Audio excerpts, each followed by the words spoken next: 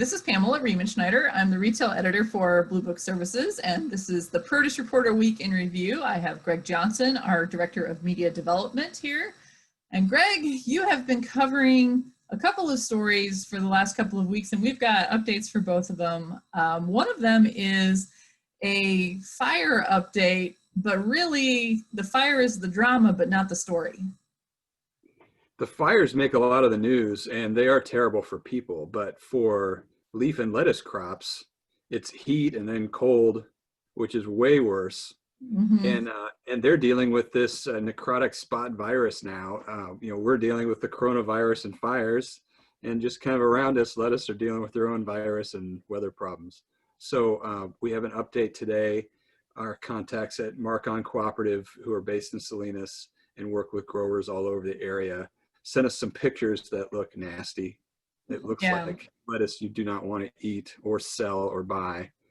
And they said yields will be down from what normally would be, say, 9,000 or 900 or 1,000 cases per set area to like 600 to 700. So that's a significant drop. And they said the bad news is it'll probably be this way through the end of the Salinas deal. So we've got several more weeks of looking at this, lower volumes, higher prices. It's not a good situation. No, and I'm guessing that everyone's going to be, happy to pick up and move to Yuma to at least get some fresh air, hopefully. The pictures you sent over, but what I read in the story though was that this virus is not uncommon. It can happen, but the fact that it's so widespread has been a particular challenge. So that's quite a bummer. Yeah, we have a good video from Marcon right embedded in the story that you can see what it looks like for yourself. Yeah, and we've also got news this week. I mean, would it be the week in review without box news updates? So Greg, what's new with boxes this week? Well, we know that round 3 will be announced this week, and it's actually going to be announced in time to get it in our Friday newsletter. So we will have a list of all the people who got this next round's contracts. So we'll put the details in there. You can see who it is, and hopefully we can get a hold of a few of them and see what they think about it.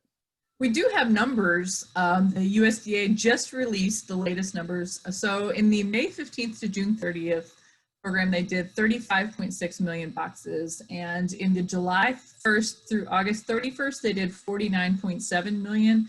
And then in this little extra extension period between September 1st and September 18th, which is tomorrow through Friday, they did 6.2 million boxes of payments to distributors under the program for the submissions of invoices. So they've got invoices through this time period. So a total of about 90 million boxes that we've seen distributed so far. So we will see what's coming up in the next round. That was kind of pushed a little bit further than it was supposed to start September 1st, but we're actually kicking off closer to the end of September. We also have we have all these partnerships with people throughout the industry. And one of the ones we just started this week is with Lori Taylor, who is the produce mom. And she wrote a really nice column about what some of the downfalls can be from retail private label. So what did you think of that, Pamela? Her insight was really valuable because she's definitely coming from a marketing and grower shipper promotion part of the industry. And we're always told, ever since I started in this industry coming up on 15 years ago now, tell your story, tell who we are, local, not even local, just being able to put a face and a name to the produce we're eating has been such a huge part of marketing and promotions in the produce industry over the last 15, 20 years probably. But at the same time, we're seeing retailers really push toward private labeling. And private labeling is not something new, obviously. I can remember when I first started standing in a potato and onion packing shed, watching them switch the bags. And it's like, okay, now we're gonna, pack somebody else's onions, but they're literally the same ones. These stories come out all the time where you're shocking consumers that the packaged goods that they get at Aldi, for example, are exactly the same thing as they would be getting under a national brand. But now I'm seeing the retailer perception of, and maybe it's also because I live here in Texas. HEB is very, very strong here, but HEB has also been changing its mindset about its private label, where they are guaranteeing quality now rather than low price. For example, we're going to talk about grapes next week, have a grape crop update. But in the grape department, I was just at Central Market and just at a traditional HEB this week, and I took pictures at both of them. And all of the standard grapes, the red, black, and green grapes, were under the premium grape label in a pouch bagged by HEB. The branded grapes, like the gumdrops and the cotton candy grapes, were the only ones that were holding the brand, but the brand was not, you're getting the best value at HEB. The brand was, you're getting the best quality. And they've done the same thing with heirloom navels. They've done the same thing with their mandarins. And now that the retailers are trying to brand this quality, they're pushing for more private labels. And so in your experience with HEB, they're kind of following the Costco model, which is Kirkland brand isn't necessarily the cheapest, but they guarantee that it's high quality. And you have no idea who manufactures Kirkland brand stuff. And some of it's rumors, like you get the Kirkland French vodka. Ooh, who is it? Is it Grey Goose?